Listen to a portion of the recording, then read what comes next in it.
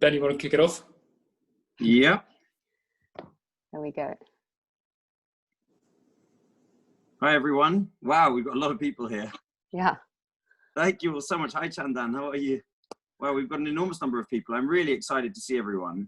I guess I just thought it might be worth me introducing the idea of what we've been working on. And then some of the team, our chairman, Satish, and Vinod, who's our executive director, can then give you a little bit more of the detail. But I guess where to start? I guess I've been a nature lover all my life. In fact, I had my mind and my spirit blown by being in Sri Lanka. I just couldn't believe the state of the place. Unbelievable wildlife. We went to 2 of the big national parks, including Udawalawa. We went out to see whales. Just sitting in the garden, we were surrounded by songbirds. It's a paradise. And I just couldn't believe it, that this little island is the same size as the Republic of Ireland, sorry, the island of Ireland next to Britain, and has 4 times more people and still manages to live alongside nearly 1,000 leopards and 5,000 elephants. Not without difficulties, but still, this island has managed to maintain the most unbelievable natural health and biodiversity and abundance. And I guess that's why people flock from all over the world to come to Sri Lanka. And so I've been a nature lover all my life, and I really couldn't believe what I saw when I came to Sri Lanka. And if you love nature, you can't help but be alarmed in today's day and age about the declines we see everywhere, even in Sri Lanka, but everywhere. We see terrifying declines of biodiversity. A study I read yesterday showed that 75% of insect life has disappeared in Germany in the last 40 years. 75%. When the insects go, we go. Soil is eroding. The fish have more or less disappeared from the seas around Great Britain. We have declines of 90+% of almost anything you care to look at in terms of British biodiversity indicators, from cuckoos to migratory birds and all sorts of things. And so I'm an environmentalist as well. And I chair my family's philanthropic foundation. And I've discovered that relatively small sums of money can go a long way in moving mountains, in changing policy, in changing the behavior of companies or indeed whole markets, in changing public sentiment. It's not like other areas of philanthropy. If you want to build a hospital, brick by brick, machine by machine, you're going to have to spend tens of millions of dollars, or an art gallery, or some of these other big philanthropic endeavors. Trying to get a law changed, or trying to get a new protected area established, or to try to clean up an industry often can be achieved with relatively small sums of money in the right hands. And it doesn't matter where you go in the world, you'll find people behind the scenes working on their passion project. Often in the evenings or at weekends, they have a day job. By day, they're a lawyer or a waiter, and they devote their spare time to winning some environmental battle or other. And if you give them $20,000, $30,000 and you fund them and give them some support, it's like a turbocharge effect, because they can take time out of work. They can get leaflets printed. They can get a scientific advisor on board. They can get legal advice. They can travel to the state or the national capital to lobby politicians. The effect of small amounts of money in turbocharging the work of grassroots environmental organizations has never failed to stagger me. Greenpeace saved the whales in the 1970s on less than $50,000 a year. It catalyzed a global movement. People marched in every capital city. The International Whaling Commission was formed, and the whales were saved. And Greenpeace did that on a shoestring budget. My uncle was involved. So it's always amazed me how efficient and how rewarding it can be to support grassroots environmental work as compared with other areas of philanthropy trying to solve other problems. And it's therefore also upset me and staggered me that just 2% of total philanthropic giving in the world is directed towards the environment. 2%. And by the way, if you include in that number donkey sanctuaries and kind of dog relief home, Battersea Dogs Home, the real number is actually even smaller than 2%. So I guess the purpose of the Sri Lanka Environment Fund and other funds like it that Jade and I have helped to establish is to make it possible and simple for ordinary folks and for businesses to support grassroots environmental work in the place that they love. So we've been speaking to people who grew up in Sri Lanka, or who take their holidays in Sri Lanka, or who have a business there. who love the place. And humans are profoundly place-based creatures. We love the place that we love. And if we're not going to fix it, then who is? And what we found is that if you make it possible for people to give money, to give time to a regranting fund for the purpose of channeling funding to the most effective local groups in the place that they love, they tend to say yes. About 2/3 of the people that Jade and I and others have approached around the world in the 12 or so funds that we've already set up end up saying yes. So I'm hoping that 2/3 of you will all, or better, will agree to be part of our little movement. And I'll just conclude with a little bit on the structure. It's really simple. We have Vinod. He's our only member of the team, paid full-time member of the team. Vinod is the executive director. And then we have a little steering committee chaired by Satish. And we look for people and businesses who are willing to support us. And then we take the money that we receive, and under the guidance of an expert advisory committee, we distribute those funds to the most effective local organizations. And I think Vinod and Satish are going to talk a little bit about the kinds of organizations we've been supporting already. But it's very simple. We're a regranting fund. We're a donor committee, if you like. So we really hope that you'll join us. We think that Sri Lanka is at an inflection point right now. Either Sri Lanka will move towards the path of sustainability and living in harmony with nature, and will profit from that. The ultimate prosperity, in my view, comes from a healthy natural environment.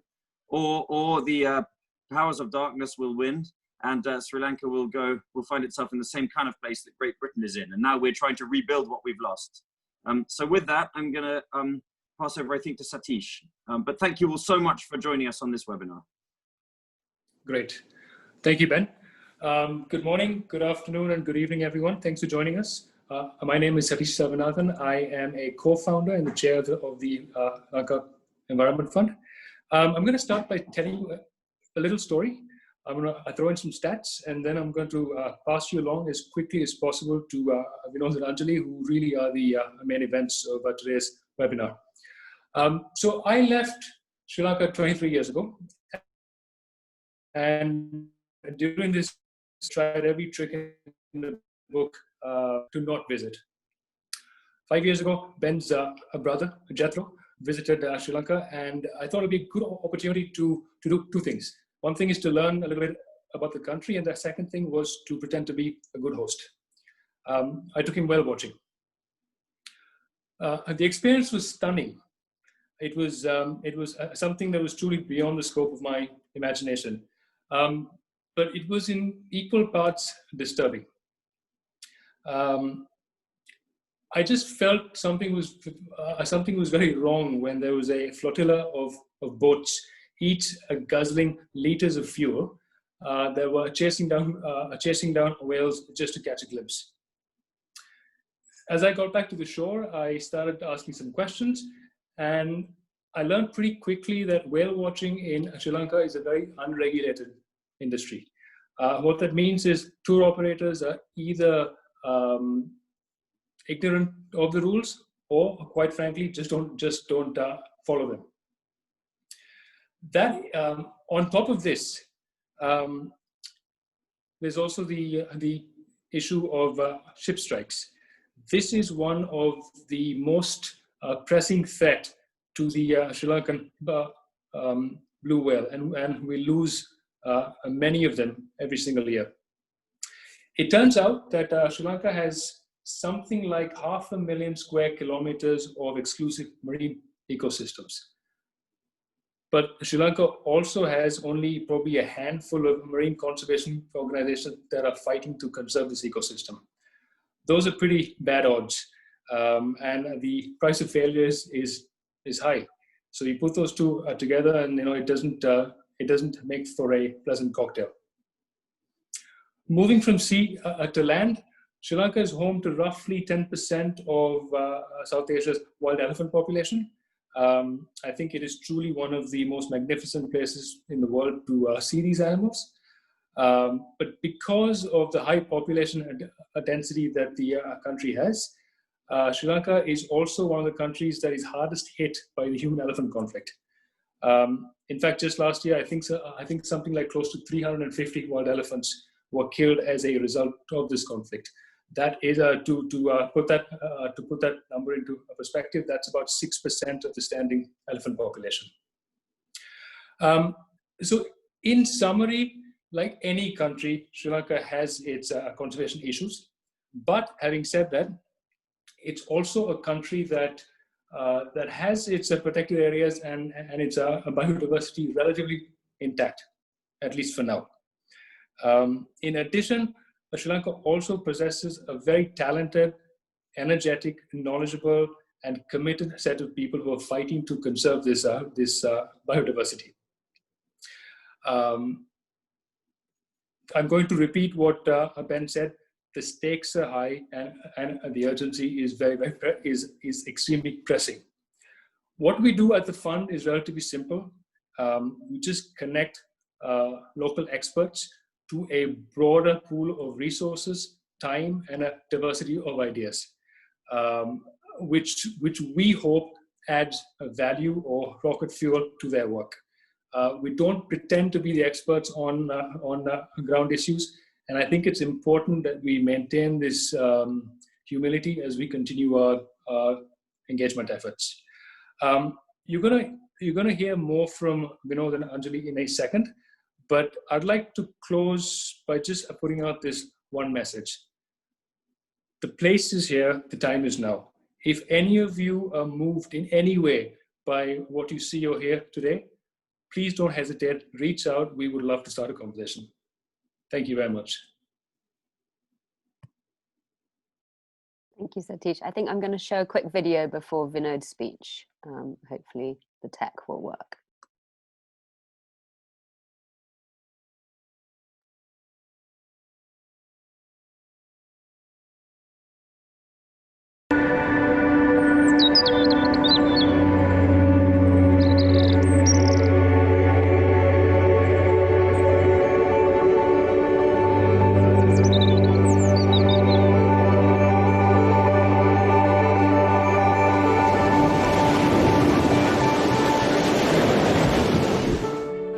It is only a small island, but Sri Lanka and its natural endowments make it a treasure trove of biodiversity that few places in the world can compete with. Sri Lanka's land and sea are home to thousands of species of flora and fauna, and the country's geographical diversity has created unique and beautiful landscapes that are rapidly gaining popularity among the world's travelers.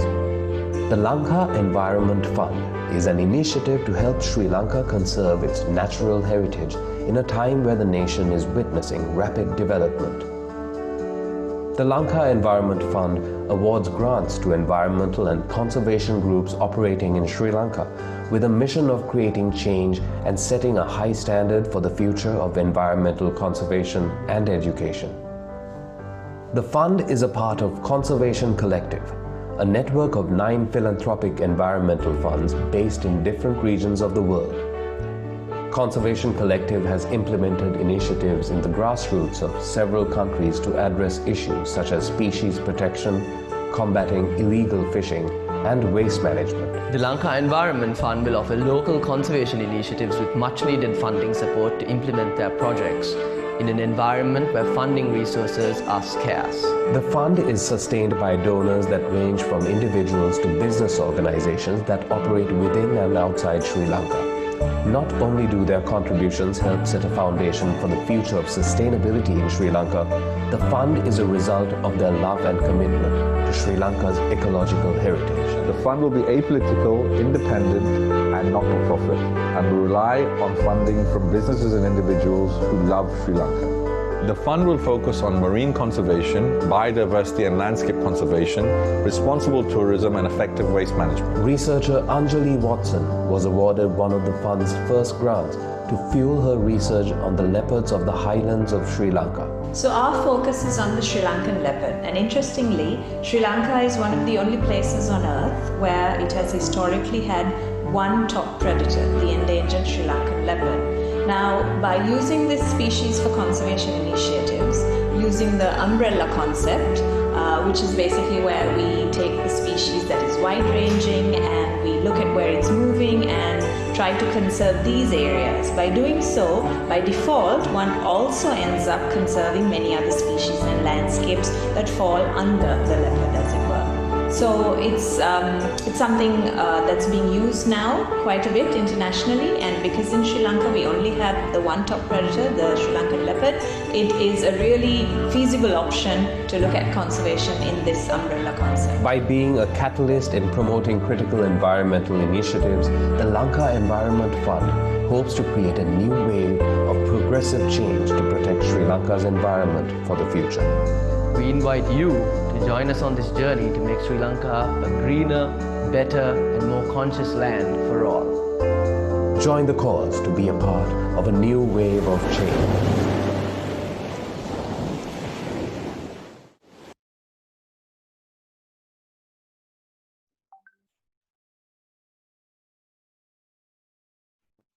Thank you everyone for joining us today. My name is Vinod Malvatta, and I'm the Executive Director of the Sri Lanka Environment Fund. And as you witnessed in the video, Sri Lanka truly is a magical place.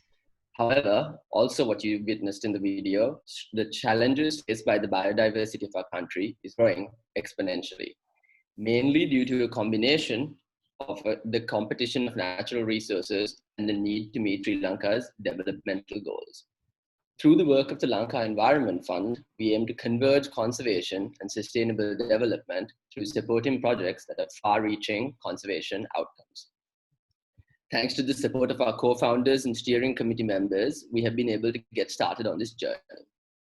As Ben and Satish highlighted before, through keeping our overheads low, by adopting progressive work ethics like not having a physical office in Colombo, we ensure that the bulk of our funds are funneled into conservation initiatives. Locally based conservation organizations can apply for funding during 4 funding cycles each year through submitting a proposal and filling out the Lanka Environment Fund's grant application available online. As you can imagine, fundraising has been tough over the course of the last year. Yet, we have awarded grants in the terrestrial ecosystem space, to which Anjali Watson from the Wilderness and Wildlife Conservation Trust will speak later, and a grant in the responsible tourism space. We have also facilitated, coordinated, and participated in many topical conservation issues faced by Sri Lanka. One such project is the fight to save one of the island's largest remaining mangrove ecosystems. Located on the northwestern coast of Sri Lanka, the Vidattaltiu Nature Reserve is known to be one of the last refuges of a locally critically endangered dugong, and is also a vital resting place along the Central Asian flyway for migratory birds. Apart from this, Vidattaltiu's mangroves, extensive seagrass beds, and coral reefs provide coastal communities with a number of mangrove-related ecosystem services, including carbon sequestration, acting as a nursery for fish and birds, as well as protecting against storm surges. However, earlier this year, this area, which is Sri Lanka's 3rd largest marine protected area, was under threat from a proposed aquaculture development project. Through the efforts of the Mangrove Conservation and Sustainable Utilization Forum, a coalition of organizations that the Lanka Environment Fund is also a part of, the conservation community has been temporarily able to stop the destruction of this ecosystem. This was achieved through a collaborative process of high-level lobbying and meetings with the relevant government stakeholders, and the creation and dissemination of awareness information amongst the public. For now, the destruction of this biodiversity-rich ecosystem has been halted, but only time will tell. To be better equipped to deal with mangrove-related destruction, the Lanka Environment Fund is currently in talks with a local conservation group to fund Sri Lanka's first comprehensive mangrove mapping and field assessment project. This project, we hope, will aid the conservation community in lobbying for increased protection of mangroves, as well as understanding where best sustainable utilization is possible. Another project that the Lanka Environment Fund has taken a central role in is a research project that seeks to reduce the amount of ocean plastics washing up along the coastline in the Gulf of Mannar. Once again, located in northwestern Sri Lanka, this area is highly sensitive and is home to 3 of the island's largest marine protected areas. However, due to currents and its shallow nature, much plastic that originates from Asia and Sri Lanka end up depositing along this fragile coastline. Teaming up with local conservation organizations, a conservation group from Tamil Nadu in India, and a Norwegian research organization, the Lanka Environment Fund is coordinating a coalition to help address the issue of ocean plastics. Through the utilization of a research method developed in Europe, which would be in fact used in the Indian Ocean for the first time, our coalition hopes to better understand where these plastics are coming from, and then in turn provide information for lobbying groups in the respective countries to fight for more stringent laws on the ground. The Lanka Environment Fund has coordinated applying for several international grants, and we hope to hear back with good news in the coming months. Another project in the pipeline is the development of a reforestation coalition. With approximately 23,000 hectares of forest within Sri Lanka's protected area network being lost over the last decade and deforestation rates on the rise, we are in the process of creating a coalition to help reforest Sri Lanka and address the issue of deforestation. The idea behind this coalition is to leverage local knowledge and the skills of all the locally based reforestation groups to create a more effective strategy of reforesting our island.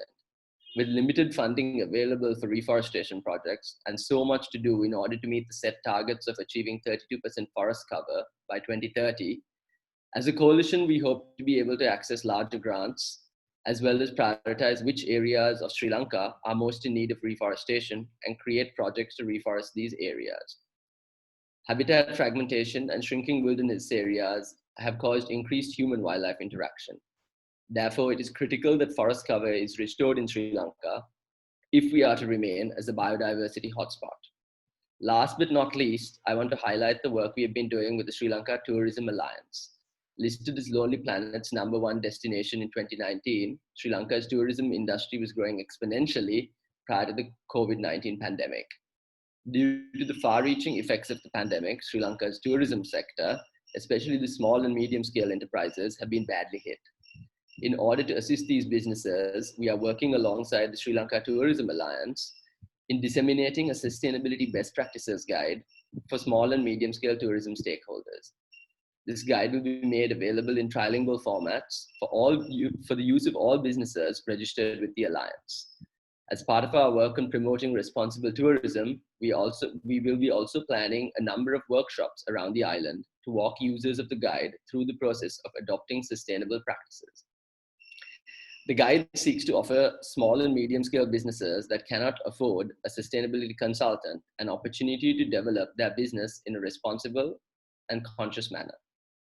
Apart from these projects, we have been in conversation with approximately 30 conservation groups and several corporates to develop projects within our thematic areas. As our fund grows, we hope to award several further grants that will help conserve and restore Sri Lanka's ecosystems. To learn more about the success and inner workings of our grants, I now invite Ms. Anjali Watson from the Wilderness and Wildlife Conservation Trust to share her experience with you all. Thank you, and over to Anjali. Hi, good afternoon, everyone. I assume everyone can hear and see me.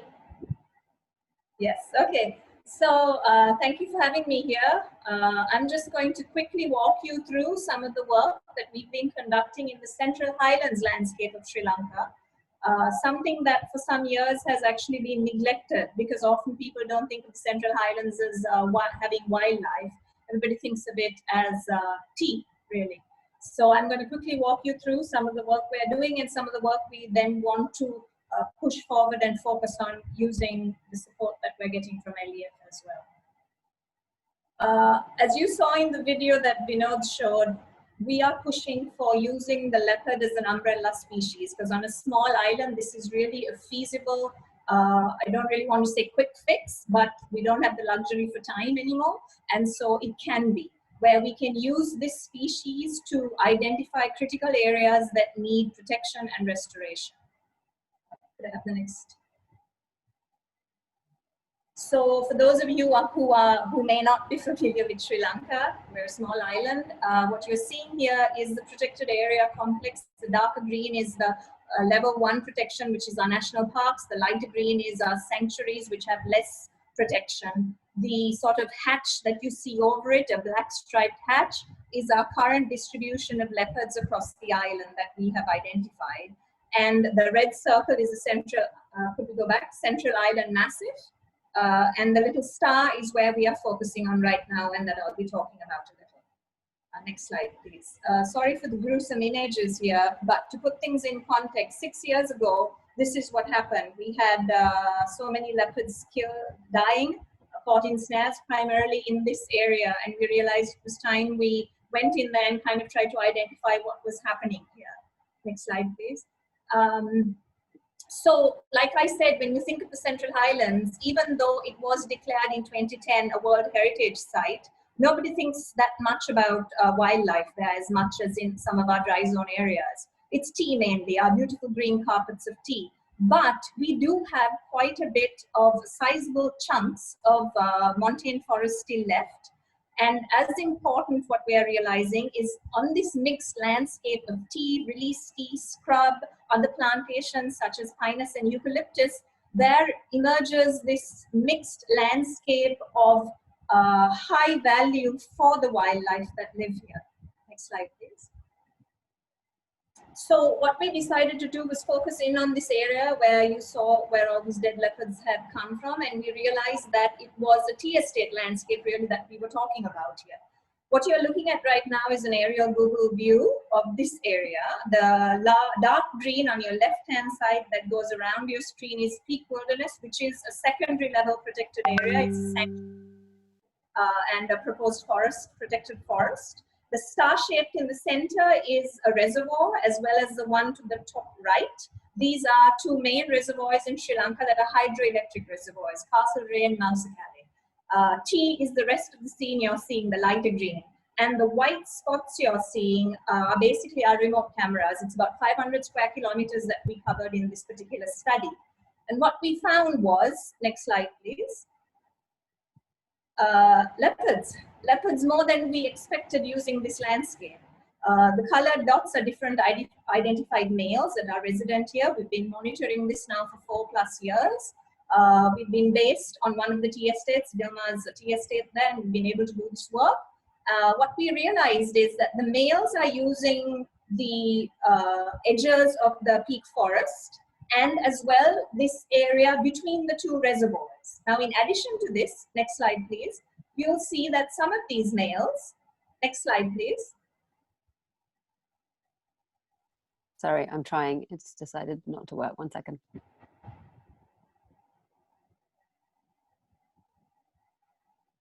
Okay, so these are two males that we've been monitoring, and as you can see, they are actually moving through the tea landscape.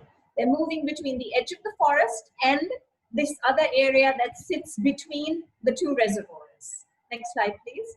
Now, equally and sometimes even more important, I say, are the females here. What you're seeing here are the triangles. These are resident females. They're using the edge of that larger forest, and they're using this ridge that we realized is now a vital area for this resident group of leopards. Next click, please. And this is the ridge. This is where they are. They're not just moving through, they're actually living, residing there. They're a viable population here, and they are breeding. Next slide, please. We've monitored multiple females through the past 4 years. So this is a resident population here, and that ridge, next slide please, is an extremely important resident area for them. So what has now become, as we term, Peak Ridge Forest Corridor, which we hope is going to come into some form of protection, a collaborative protection between the tea estates that back onto this ridge, other collaborative organizations that have been supporting us as well. What you're seeing here is the red is the demarcated outer zone, and the white patches in between are the sort of slightly isolated better habitat, as it were. There's montane forest, there's release tea, there's scrub, there's other plantation. And ideally, we'd like to reforest in between to make that a much better contiguous habitat and refuge for this population of leopards. Now, ideally, what we want to do is multiply this across the landscape. Take this model and move it across the landscape here. So with the current LEF fund that we have, we're looking at the yellow areas, the elongated rectangle, right, adjacent to the red demarcated Peak Ridge Forest Corridor is where we're working right now. We feel that this is going to be an additional extra, maybe a buffer to Peak Ridge itself, or its own little thing too. The larger yellow demarcated area that you're seeing is actually quite good forest, but is currently afforded very little protection. Now, the pink part that you're seeing that's demarcated is another very important section because it's mainly tea right now, but it sits as a connector between the more forested area on your left and Horton Plains National Park and Peak Wilderness on your right, yet it's all tea. So this is that mixed landscape that animals are somehow trying to move through. Now I'm talking about wildlife here, but I didn't mention that this is also vital watershed forests that we're talking about. These are ridge forests that form the watershed for these reservoirs that produce electricity for the nation. Next slide, please. Now, unfortunately this year, because of the COVID lockdown that occurred in Sri Lanka, we had the same scenario of leopards being lost, dying on this landscape once again. We know it's for two reasons. One is because of the lockdown, people had to move back to their tea estate communities, and they needed to improve their food resources. So snares were laid across the landscape for wild meat, illegal wild meat. Also, there were vegetable plots that came up willy-nilly in areas that there weren't any before, and people were laying snares to protect the vegetable crops from wild boar, for example. But of course, we had leopards getting caught in this because they use these areas to move through. So we needed to act really quickly to address this. And what we were able to do, next slide please, was collectively come up with this sort of a very simple yet very effective pamphlet that talks about not just the illegality of laying snares, but also the indiscriminate nature of it, and how actually it's not even effective in doing half of what they want to do, which is protect vegetable crops. But we needed support to be able to do this, or we need to know that we have the support to be able to go in there quickly and continue with this. Now, this kind of thing can't be a one-off. It needs to be sustained. We need to keep doing it. We've addressed 25 estates right now and handed out these pamphlets. We've got 5,000 more waiting to go into the rest of the estates. And we need to continue with this. We need to be there and continue with this kind of advocacy if we are going to ensure that we somehow try to reduce and stop the laying of snares across this landscape. Next slide, please. And so just to sum up this whole thing, really what the push here is to, as quickly as we can, use this model that we've used to identify key areas in the Central Highlands, mixed landscapes often, but where wildlife themselves are showing us that it's important, and they're using connectors, corridors, that we can then put into some form of protection and restore. I'd like to leave you with this little message. Next slide, please, on the video.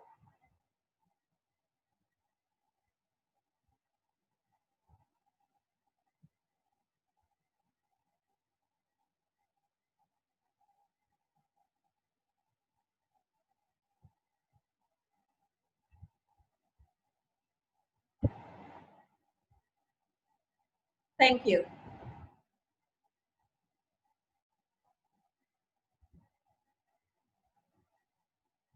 Thanks, Anjali. And I think we'll get on to questions really soon. I was just very quickly going to introduce myself. My name is Jade. I'm the Executive Director of the Conservation Collective, of which the Lanka Environment Fund is one of our affiliate members. So we are a group of now 11 local philanthropic foundations, which grew out of our natural instinct to protect what we love. And the model really enables these hyperlocal place-based conservation funds and add a level of kind of world-class expertise and oversight to the work that Vinod and his local partners are doing. So my main roles really are kind of hand-holding groups of people who want to set up funds in areas where they love, and giving them the kind of tools and toolkit that we have now developed based on our experience in many parts around the world. And then working with Vinod and other executive directors of these foundations to help grow and strengthen their work. and really fostering a sense of a kind of global team. And, you know, it really does feel the essence of whatever that phrase is, act global, think local, or the other way around, in that we are responding to these local environmental challenges, but really setting them within a global context. And I think that's all. I think probably we should move on to questions. We've talked for a long time now. Does anyone, I think if I put it onto the full screen, Vinod, are you going to facilitate this? Yeah, there's a chat function as well. So if people want to write questions into the chat, that also works. Maybe if I unmute everyone. Oh, Chandan has raised a hand, it says. Ask to unmute. There we go. Thank you, Jay. There we go. And can you hear me now? Yeah. Yep. Okay, great. Even though I'm a trustee sitting in Colombo, I am a long way away from where a lot of this is happening. So I just thought I had the opportunity of having a chat with Vinod yesterday about some of the work that's going on. And I thought it would be good for Vinod to share what it was that they did in this mangrove to try and protect this mangrove or stop this aquaculture project, and how focus and effort applied effectively can actually bring about a change in government decisions.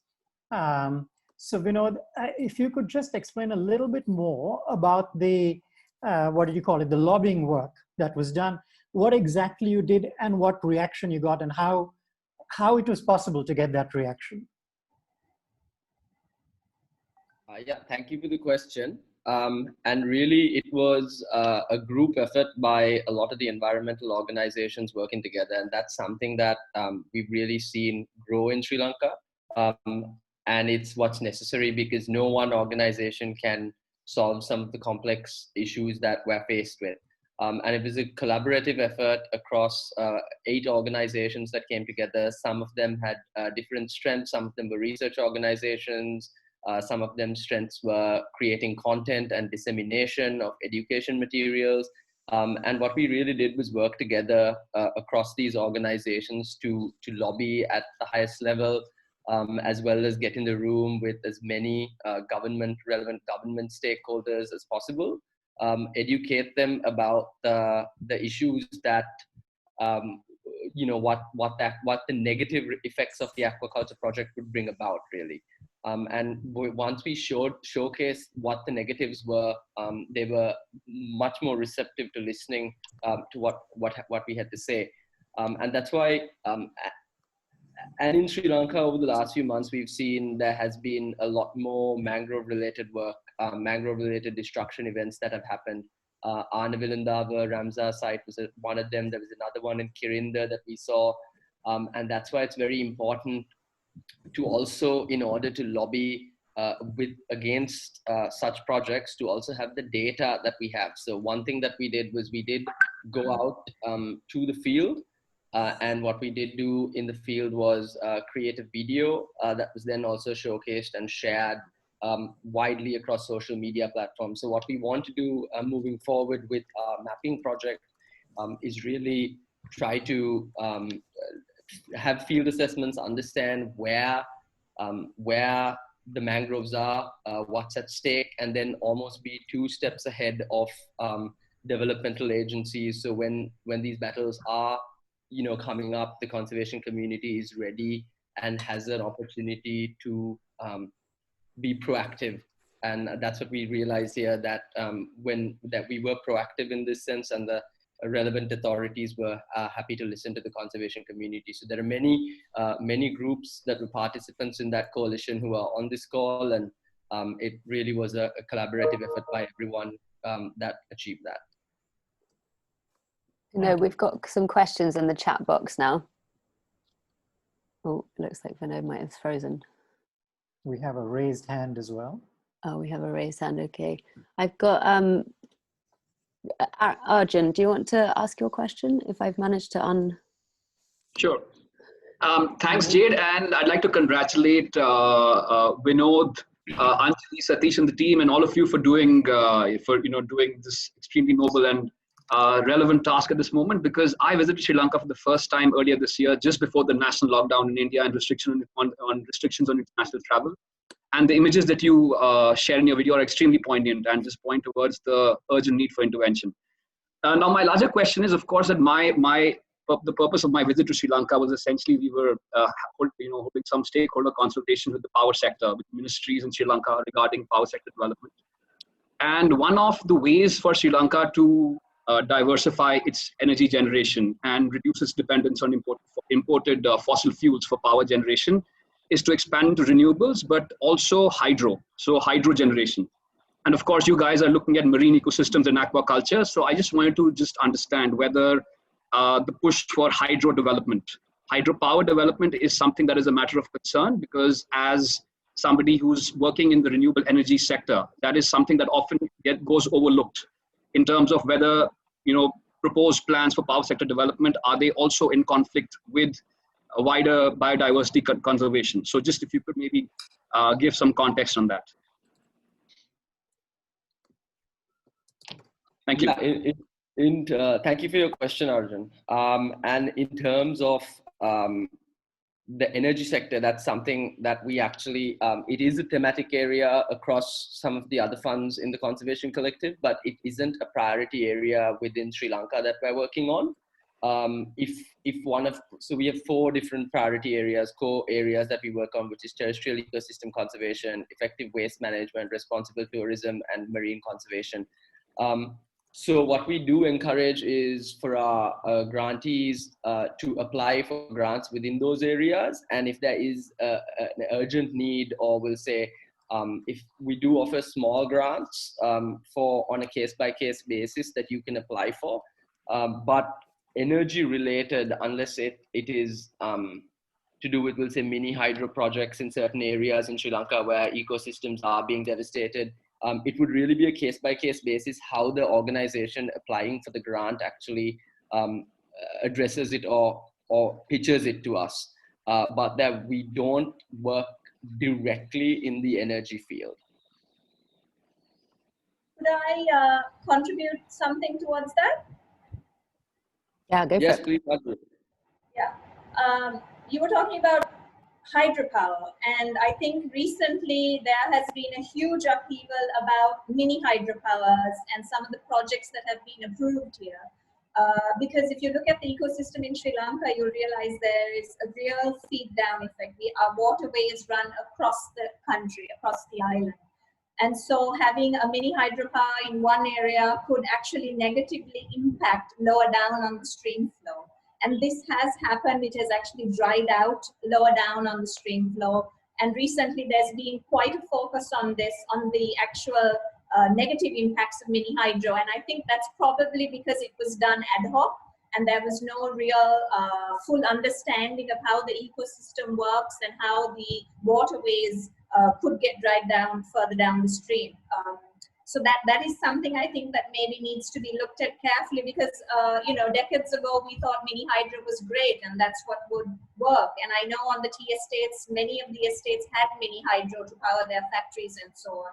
But I think now there's a slightly different understanding of this and how the hydro projects need to be assessed, keeping in mind the flow down effect of the waterways. Thanks, Anjali. I'm just looking in the chat. There's a question from John, I guess probably for you, Vinod, again. So the question is, how engaged with and concerned about these issues are the general population of Sri Lanka? Are they placing pressure on the government to address these challenges?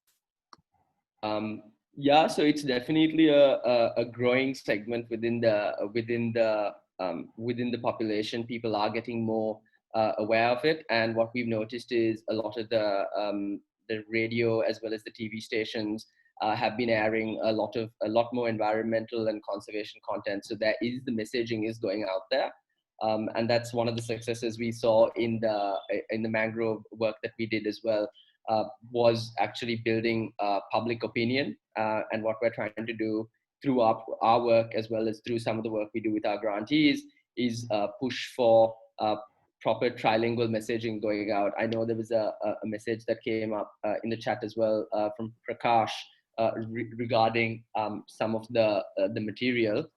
So we all the content that we try to push out across is trilingual, and we're definitely trying to raise the bar as well. It's again, we try to through our projects have a multifaceted lens. So we'll say Anjali's work with WWCT, that it is leopards as well, but what she's also doing is a lot of community engagement work as well. So she actually goes into the estates, works a lot on the ground and raising the education levels of populations on the ground. And what she's seen in her projects is actually a lot of the younger generations are catching on to these concepts and being stewards of the environment, which is something that we try to look at through our projects, and as well as spread it amongst as much as possible through our grantees' work. But it actually comes down to what the grantees do and how we, so our role is actually trying to be a conduit between the concerned public as well as the needs of the conservation community. But when we are coming up with our grants and making them, we do work with our grantees to ensure that it is a multi-pronged project. Prakash, did that answer your question? Or I see you have a raised hand, or do you want to? Okay, so we'll move on to Chinmay, who says, Vinod, can you please outline how you plan to work with the travel and hospitality sector? So we do engage a lot with some travel and hospitality companies. It's been we have been in conversation with some of the bigger players locally, but we also are working with. We've had some meetings with the Sri Lanka Tourism Development Authority as well as the Sri Lanka Tourism Alliance, and we've been working closely with the Sri Lanka Tourism Alliance, as I mentioned, on the dissemination of the Sustainability Best Practices Guide. As well as running a number of workshops regarding some of the content that's in that guide. It is one of our areas of interest, and we are looking to expand our work in that region. One thing that we have kind of run into is that the tourism and hospitality sector is one of the hardest hit during the due to the prevailing global situation. So we've been a little careful with our engagement with them because we understand that it is a very sensitive time for them. But what we will continue to engage with them, as well as some of the larger organizations like the Sri Lanka Tourism Alliance that has a very large network across the country.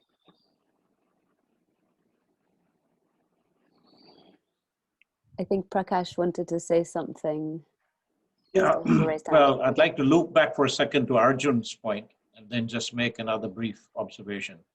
Neither a professional or a academic conservationist. So I'm speaking more as a consumer of nature, you know, as a citizen and, you know, long-time Sri Lankan. I absolutely agree that hydropower has been destructive to the hill country, upcountry environment. The damming of a certain area near St. Clair's and Devon Falls has really ruined those falls. I mean, I grew up, my family has a long association with the Norelia district in the upcountry. And we heard rumors about leopards when I was growing up. Glad to know they're really there. And you have times of the day when there's no falls at all. And they've also ruined the river for whitewater rafting down the Kitulgal area, which I'm sure has been, you know, in Anjali's radar. Also, it's paradox. The tourism, the demand for tourism has actually created the demand for what we call in Sri Lanka, English vegetables, broccoli, cauliflower, carrot, beans, and there's hundreds of these so-called English vegetable gardens, all in the hill country where the climate is conducive to that sort of agriculture. It's a real paradox because there's the Sri Lankans here would know Hakkala Gardens is a beautiful naturalistic gardens laid out by a Scotsman about 120 years ago. And the approach to the gardens was pure natural forest. And every time I go there, there's encroachment, another potato field or a beetroot or asparagus. So this is a conundrum because both westernized Sri Lankans and the tourist industry is demanding that sort of food on the table, steak with, I don't know, broccoli. So that's an issue that's been on my mind for a very long time. It's vegetable gardens that are absolutely encroaching on thousands of acres in the hill country. Anjali might be able to corroborate or refute me. I don't know. That's pretty much all I have to say. Thank you. Just to give a quick reply, you're 100% right. I mean, the vegetable gardens have gone completely out of control. They're in areas that they weren't before, and it occurs overnight sometimes. Forest is cut down and there's vegetable plots there. So one of the things, and they're just, they're just dug up and put in there, and then the snares are put in saying we need to protect it from wild boar. So one of the things is looking at, keeping it a little closer to habitation to humans instead of them going up into the forested areas. We're trying to look now at a new idea to have greenhouses, collaborative community greenhouses, because actually during lockdown, forestry nursery that sits on Dunkeld Estate, the gardener there asked if he could put during lockdown a few vegetables, and he said to me, madam, the vegetables did really, really well. So, this is something that can be done. You can then prevent the vegetable plots from going out of control. People can't say that wild boar are attacking and therefore putting snares. And so therefore, if they do put snares, it is illegal. It's for the meat. It's not this, where you need to think about the community and food sustenance for them. So if you look at Horton Plains, it's getting surrounded by vegetable plantations. Exactly. And it's horrendous. I mean, it must be political because those surrounds are actually protected and this is forbidden. So it's got to be a local MP or politician who's giving those permits. And so every time I go to a family home in Aurelia, every time I can actually see creeping vegetable plots. So I don't know, as one man, I can't do much about it. Maybe you guys can help. Well, as a collective, though, a lot can be done because there's no laws here when it comes to vegetable planting. So that's really something that needs to be looked at too. Thanks, guys. I think we've got kind of 4 more minutes and we want to leave a couple of minutes for Satish to round up. There's a couple of questions in the chat box, which I think Vinod said he'll take offline. I mean, maybe it's worth just, Vinod, talking through Britta's question about the coalition, a bit more about the Coalition for Reforestation. And then if you like, I can jump in with some links to other conservation collective projects.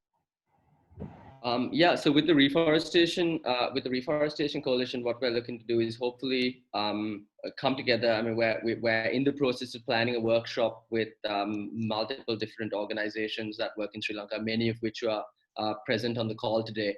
And the idea, like I highlighted when I spoke, was to come up with a larger strategy for rewilding Sri Lanka, as well as pooling together resources as much as possible to come up with a workable model that's then scalable, and understanding actually with the money that we'll say potentially could come into the Lanka Environment Fund, what can we do? Where would the highest impact with rewilding be? How can we all pull together some of our resources, as well as actually attract larger chunks of money into Sri Lankan reforestation work?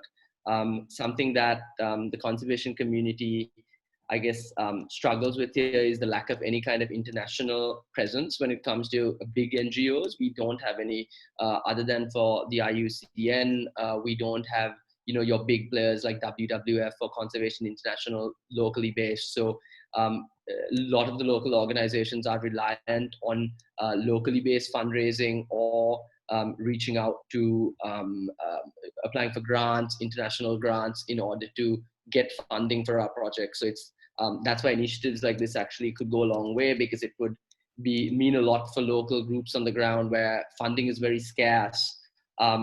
How can we leverage, our international network? And that's something that the Environment Fund is working on. Just quickly, so we've got time. Maybe Ben could answer Adish Behera's question around blended finance. Ben, are you there? Maybe he's on mute still. Hang on one sec.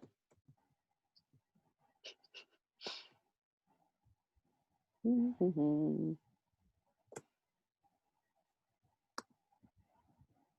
there you go. It's terrifying, all this power of muting.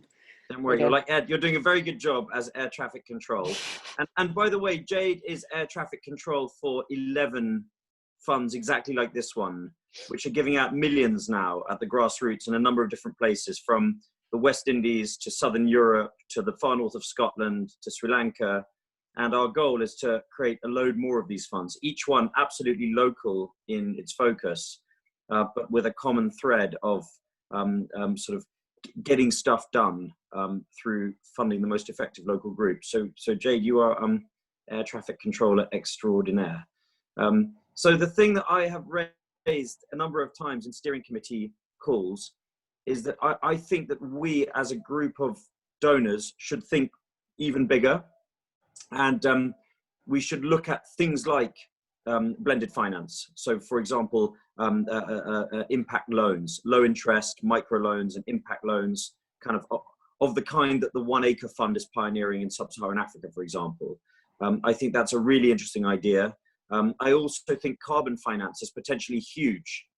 So Microsoft has pledged to offset every ton of carbon they have ever emitted since they were formed in the 1970s. That's hundreds of millions of tons of carbon. And they're going to look to offset that by paying for nature restoration around the world. Again, there aren't the project developers in Sri Lanka who can deliver those kinds of carbon offsets to a company like Microsoft. So therein, I think, lies potential for our Lanka Environment Fund to be a developer of carbon offsets projects.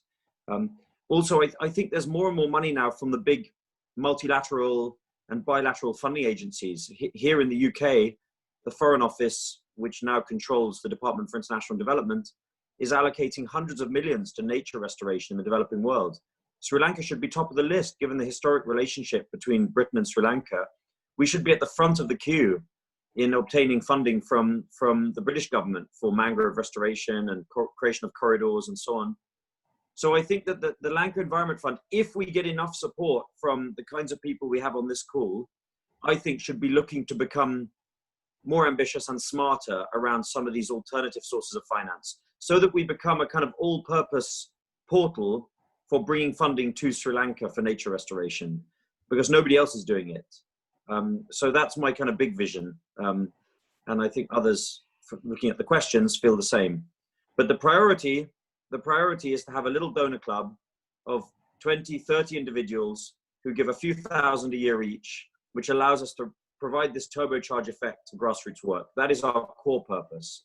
And without that, we have nothing. Thanks, Ben. I'm going to hand over to Satish to round up, and I'm sure everyone else can send questions to me and Vinod separately. Good. Thanks, Jay. Thanks everyone for joining us today. Like I said in my introduction, we think the stakes are high and the urgency is pressing.